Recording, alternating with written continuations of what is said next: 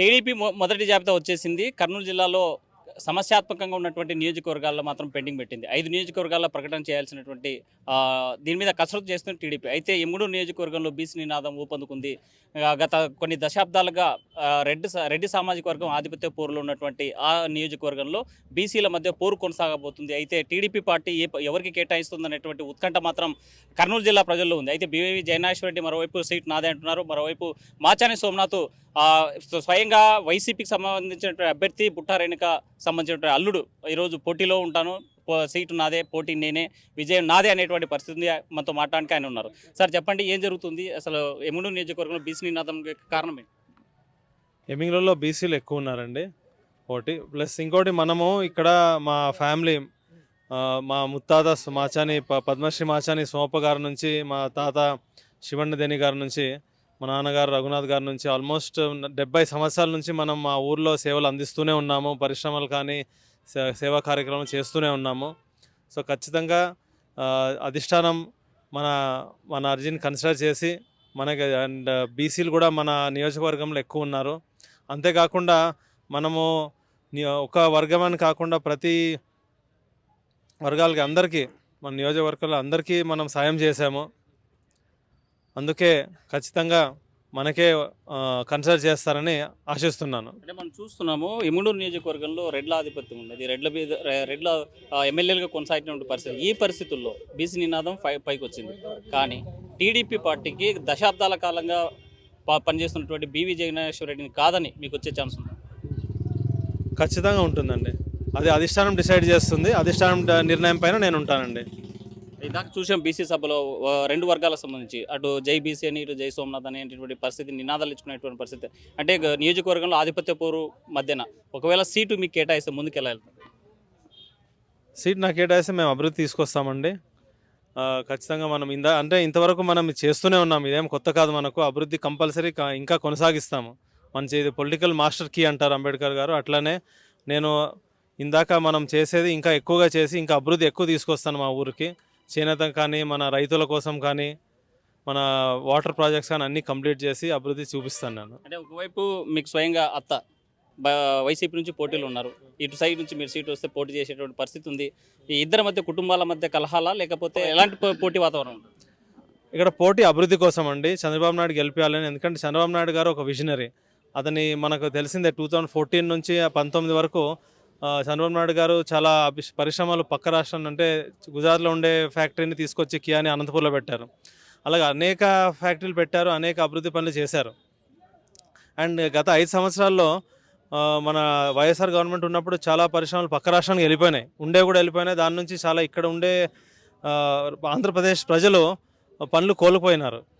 So ఖచ్చితంగా ఇది family అని కాదు. అండ్ నేను 70 సంవత్సరాల నుంచి మన ఫ్యామిలీ పనిచేసేది వదిలేసి ఏదో లాస్ట్ 10 సంవత్సరాల్లో ఉండే బంధుతో కలిపి ఏమో మాట్లాడుతున్నారు. అభివృద్ధి కోసం చేస్తున్నామండి.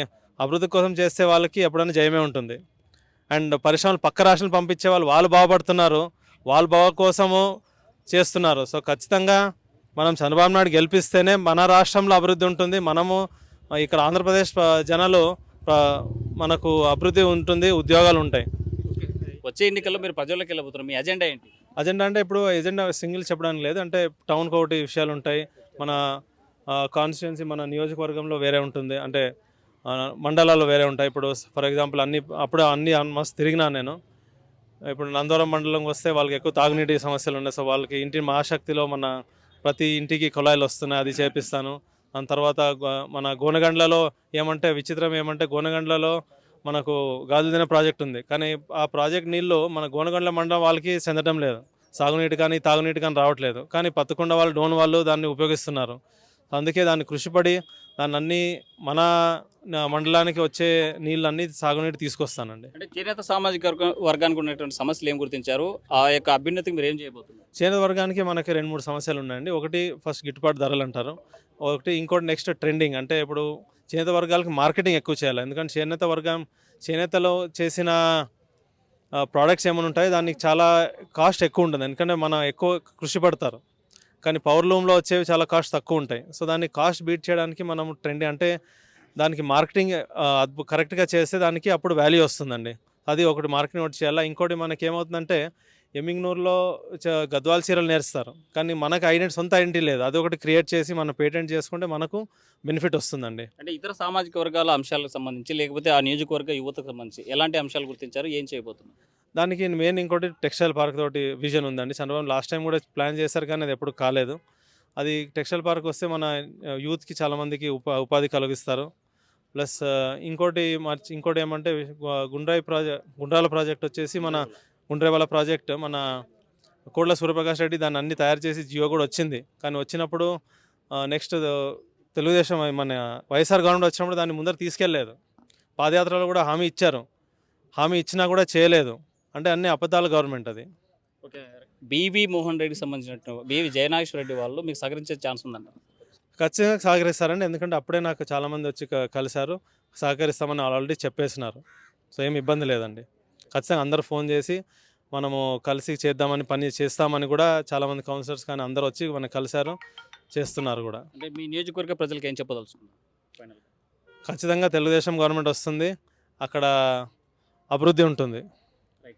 మాచాని సోమనాథ్ ఒకటే చెప్తున్నారు, దీనికోసం డెవలప్మెంట్ యాక్టివిటీస్ నేను స్టార్ట్ చేస్తాను, అది తప్పనిసరిగా నాకు అధిష్టానం సీట్ ఇస్తుంది, మా నియోజకవర్గ అభ్యున్నతికి పాటుపడతాను అంటున్నారు సోమనాథ్. వీడియో జర్నలిస్ట్ చంద్రశేఖర్తో హుస్సేన్, ఆర్టీవీ కర్నూలు. మరిన్ని వీడియోస్ కోసం ఛానల్ ని సబ్స్క్రైబ్ చేయండి, లేటెస్ట్ అప్డేట్స్ కోసం వాట్సాప్ ఛానల్ ని ఫాలో చేయండి అండ్ లింక్ డిస్క్రిప్షన్ లో ఉంది.